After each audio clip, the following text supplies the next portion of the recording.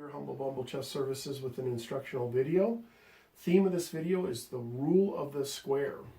Now this is a little bit of an advanced situation here, so if you're a total beginner, I'm going to be throwing a lot of terms around that you might not understand. So do your best. If you understand what a pass pawn is and queening and promotion, you should be able to follow this video no problem. This is from a problem that I found on chess.com, and just to set the stage here, demonstration boards, at least the ones that I've found, always have the notation orientation as white at the bottom. I guess that's just a convention that's followed to keep things standard, but it makes it an issue when you want to look at something from the black perspective. So that is the case here. This is black's home row, and we're going this way. This is white's home row, and his pawns are going this way. So please ignore the notation as best as possible, and we're just going to basically be dealing with the squares. I believe this guy is here. I'm sorry, apologize.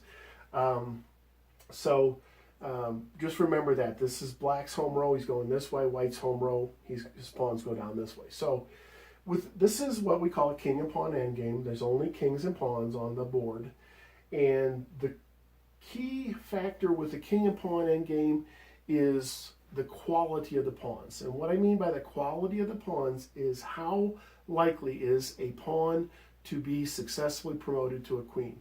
Once you have a queen and you're a queen ahead, it's pretty easy to take that queen and just win the game with it, checkmate the other king.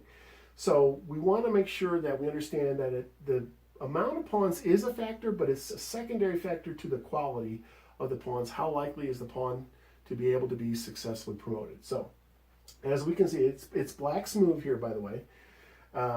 White has two very threatening looking passed pawns. Black's first task is to stop those pawns. Now once he understands that, he can kind of pause and take a look at the overall situation, which is when you're in a problem and you're not in a game has history and momentum in itself. Sometimes if you can take a step back from a game when you're playing a game and approach it as you would a problem. With a problem, you're coming to it fresh for the very first time. So the first time you're seeing it, if you can sometimes pull yourself back in a game and get that perspective of looking at something for the very first time, it'll help you to see things you might not otherwise see. So black understands that its first task is to stop those pawns, but overall he has to make an assessment of the situation.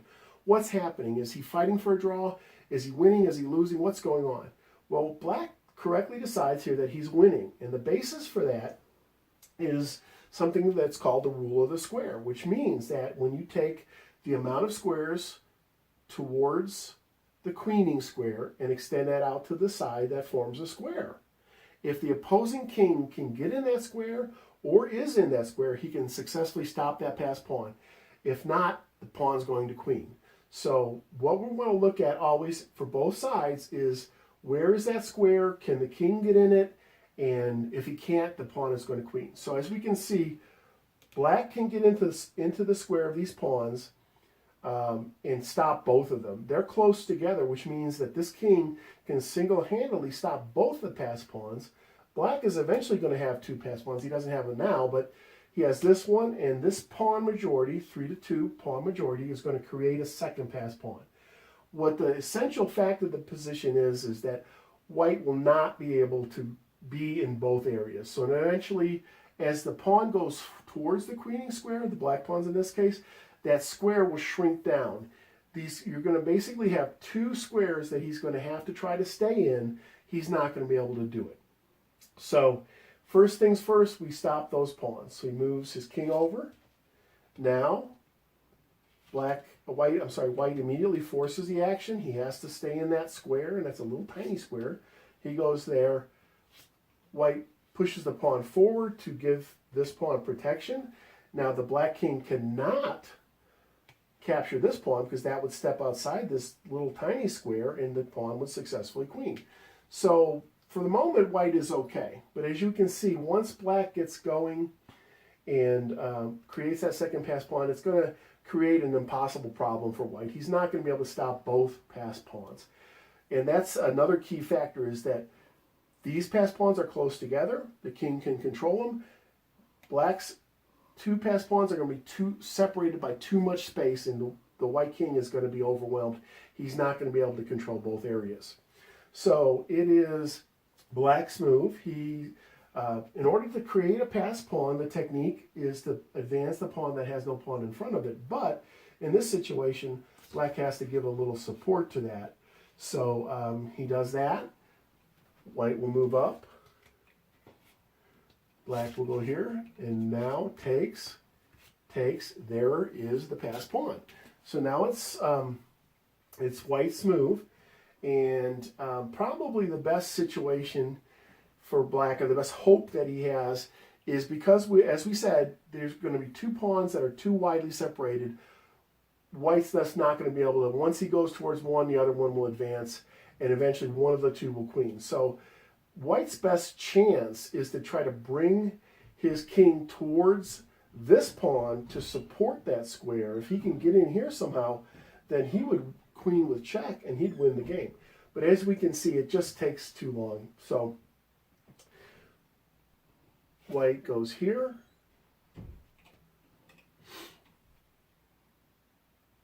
Black marches his passed pawn.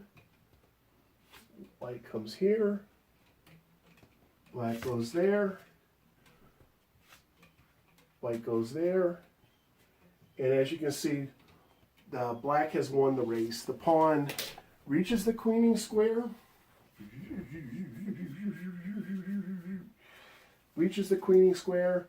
And now White comes to the square he wanted to be in to support his passed pawn, but it's too late.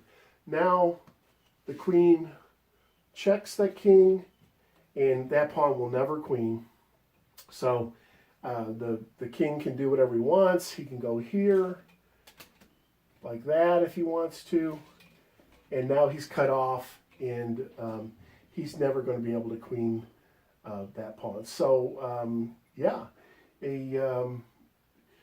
this is an easy win for Black. Here you can see, I'm not going to go into that. It's pretty simple. But as you can see, the rule of the square shows you when the king can successfully stop a passed pawn and when it can't. So that's something to keep in mind for the future. Thanks for watching this video.